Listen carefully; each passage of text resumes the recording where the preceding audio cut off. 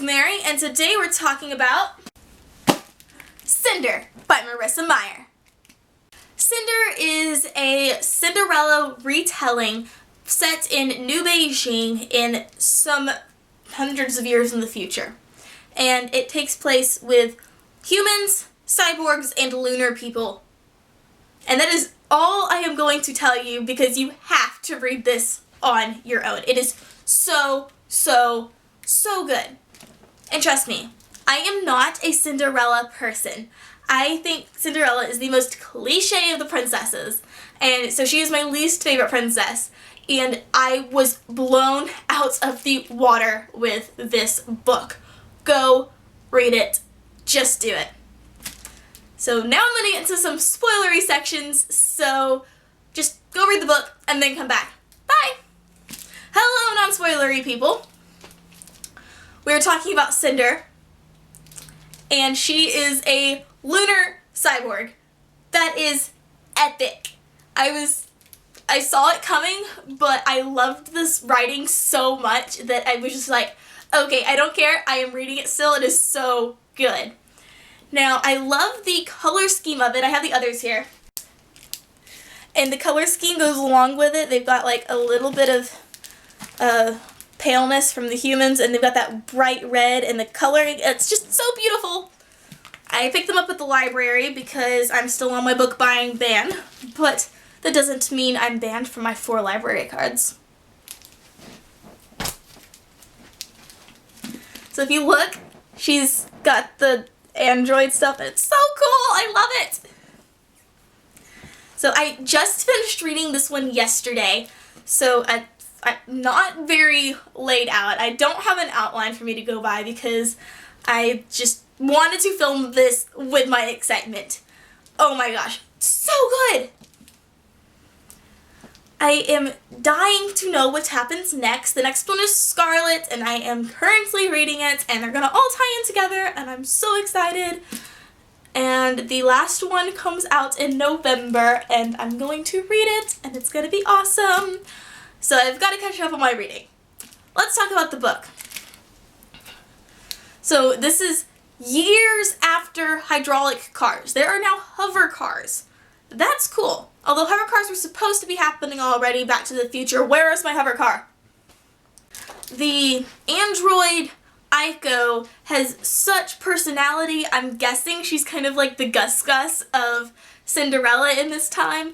And when the stepmother broke her apart and sold her for spare parts, and Cinder saved her personality chip, I was so heartbroken. I just wanted to cry. I was like, no, spare parts, no, Aiko, no! So I really hope she comes back because they have her personality chip, and then the stepsister that was actually nice to her died from the plague that was brought there by the Lunars. Why? It's just so much going on. It's not just the love story, it's the whole political thing about it and dystopian, and it's awesome. And then Prince Kai is somebody that all of the girls are swooning over, but it's just... and Cinder pretends, like I do most of the time, I'm not interested in that, that's never gonna happen. And of course it happens. And then the whole political thing going on with the moon people, the lunar people, they are now not necessarily human, and they can do magic, which is really just bioelectricity manipulation, which is cool, and they're using it for evil, and because they're so vain, they don't want to look at themselves in the mirror. And then if they're not born with the ability to do that, they're shells because they also aren't affected by it, and the Lunar Queen tries to kill them. Like, this isn't just Cinderella, this is Moses. And they send them down to Earth, and then they steal dead people's ID chips and become humans. Lunars disguised as humans, but they brought the plague to Earth, and now apparently the only ingredient is on the moon to fix it, and oh my gosh, just insane. Insanity. When they were at the ball that they finally got to go to, and she's walking down, she's in this pretty dress, covered in grease stains because it was stored in her mechanic's office. Cinderella's a mechanic, guys. That's crazy. And she's walking down, and they're like, oh, wait, you're a personal invite of the prince. You have to be announced. But they usually don't show up this late. And so she has to be announced. Her hair is wet. It's thrown up in a bun. And she's covered in grease. And her foot that she had when she was 11 is just dangling there because it's not properly attached. Which, we all can see where this is going. And the stepmom, like, raises her hand to smack her, and everybody goes, oh! And Prince Kai catches the stepmom's hand, and I'm like, yes, yes, yes.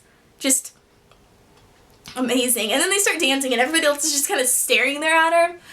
And then she loses her entire foot. The entire foot is lost on these stairs, which is hilarious because just think Cinderella lost her shoe, and Cinder lost her whole foot. Just crazy. So she's a lunar who has been turned into a cyborg, but she's not a shell, and she's not human, but she thought she was human, and so she's going on with this huge identity crisis. And everybody else is like, hey, you the princess? We need you to go save everybody. And they're like, what? She's like, I don't even know who I am anymore. And so they kind of just leave it at that, and I'm so excited to see what happens next. So this was more of me just kind of fangirling over this amazing fairy tale adaptation. So go pick it up, go read it if you stayed all the way through this, and also tell me down below in the comments, would you want to be human, cyborg, lunar, or lunar cyborg, and why? Down in the comments below. I don't know what I would be. I think being a cyborg would be pretty cool. I can't even do the robot right now, but you know. So give me a big thumbs up and click that subscribe button if you want to see more, because I will be reviewing this whole series. That's it for this video. Bye!